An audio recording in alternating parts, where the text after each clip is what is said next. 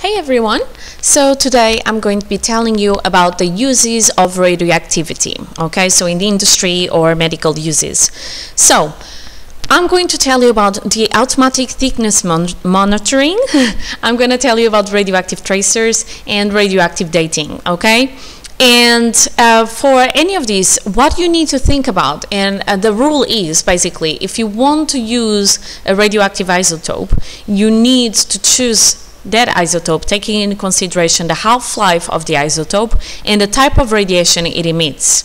So let's see, for example, the first one, automatic thickness monitoring. So it is used making metal foil, and what I want is to make sure that the thickness of the metal foil is always the same.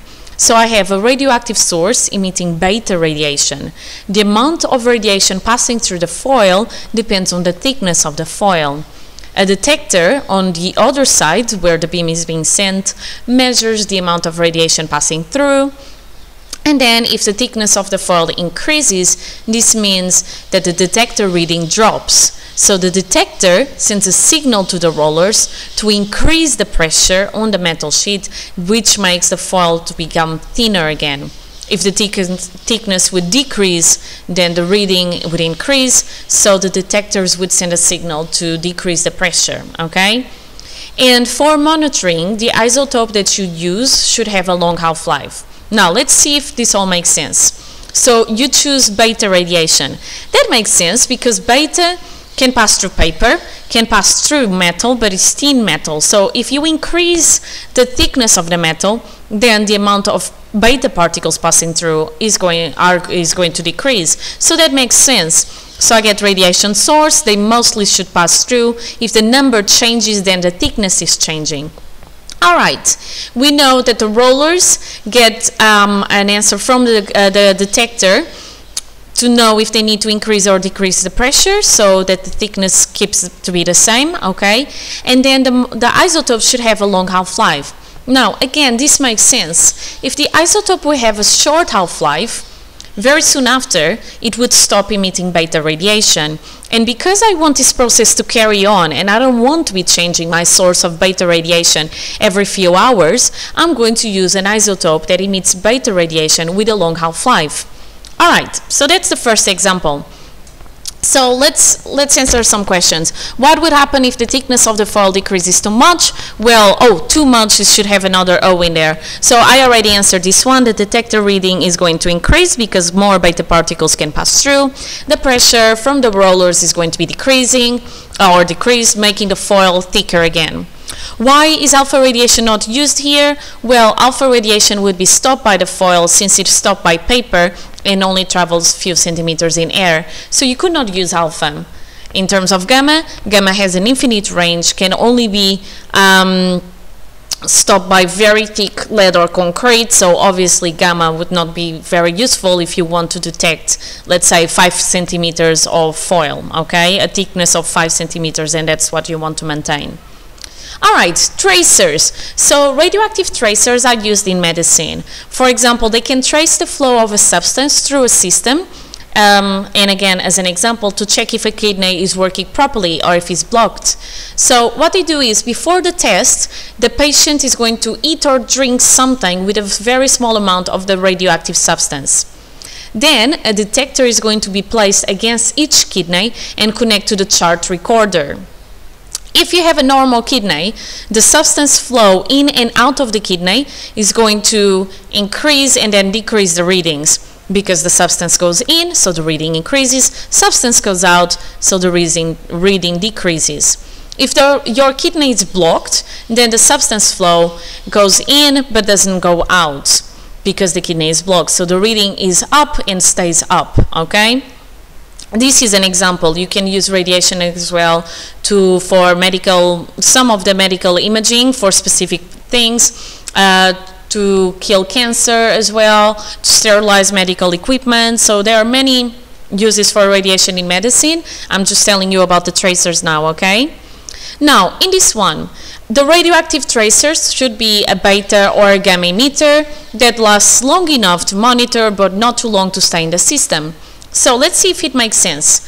Beta or gamma? Well, Alpha is the worst to have inside your body, so it would be the worst one to give to the patient.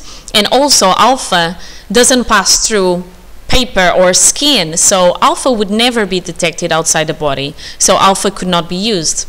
Beta and gamma, they are not so ionizing, and please go on my previous video about more on alpha, beta and gamma if you don't know what I'm talking about. So they are not so ionizing, so not so dangerous to have inside the body, and they can pass through this body. So, okay, so that they can be used.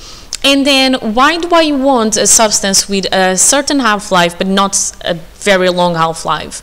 Well, I want a half-life that is enough for during the test the radioactive substance, so beta or gamma, to be emitted, but I don't want the patient to be radioactive for years after the test. So I'm going to use a half-life that is just about the time that I need for the test, because again, this is also about safety of the patient. So, an example, they are using radioactive iodine to check this patient's kidneys. Why? It has a half-life of 8 days, enough to do the test, emits gamma radiation, which can be detected outside the body, and is the least ionizing, and decays into something stable. So that's good as well, because of course you don't want it to decay into something completely unstable. So, which kidney is going to be blocked, A or B? So in A, you see that the substance is going in and out. B, you know the substance is going in and doesn't come out. So B is going to be the one that is blocked because the radioactive iodine did not leave the kidney. Alright, so let's do the last one, radioactive dating. Now this one you may find a little bit more difficult. So, it is used to find the age of an ancient material, okay? And I have two types of dating. I can use the carbon dating and the uranium dating, okay? So, carbon dating is used to find the age of an ancient wood and any other organic materials, okay? And the uranium dating is used to find the age of igneous rocks. Now, for this dating, you actually want to use a sample, and you need a radioactive isotope that is present in the sample, which has a half-life about the same as the age of the sample. So imagine that you want to find the half-life of a tree. You need the trees give out carbon, or they have carbon as they are alive, and then the carbon is going to decay. You want to use something that has carbon to figure out the age of the tree, okay? So let's see if this makes more sense now. So for example, living wood contains small amounts of radioactive carbon, which has a half-life of 5,600 years. When the tree dies, it stops absorbing carbon, so the amount of radioactive carbon inside that tree is going to decrease. The age of the tree is found by comparing the count rate from the dead woods with the same mass of living woods. So for example, a sample has a count rate half of the living woods, so that means that half of the carbon decayed, so it must have the time of the half-life of the carbon, so it must be about 5,600 years old, okay? Uranium dating, so for the rocks.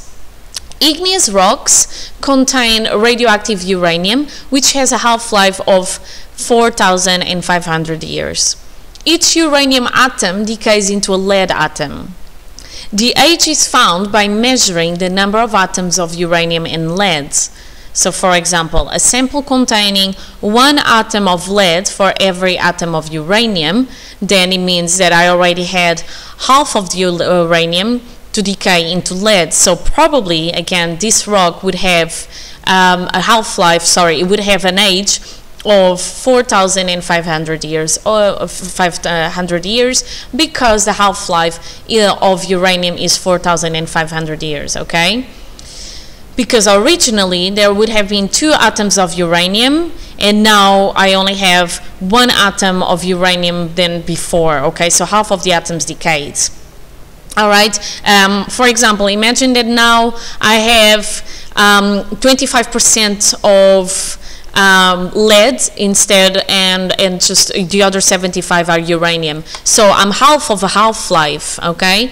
So I would do half of this number, because this would be the number of years that the rock would have, okay, because I'm half of a half-life, so it would be more or less around, so 2000, 3000, something alike, not 3000, but anyway, I would do the half of the half-life and I would figure out how much I would have, okay? So that is it for today. I'm still thinking about the number because it's so hard to be talking and thinking about the number at the same time. So 500, this would be 250. 4, that would be 2.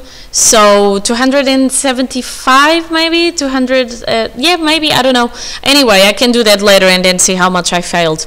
Anyway, so that is it for radioactive dating. I hope it made sense, and up to my next video, be happy and healthy. Bye!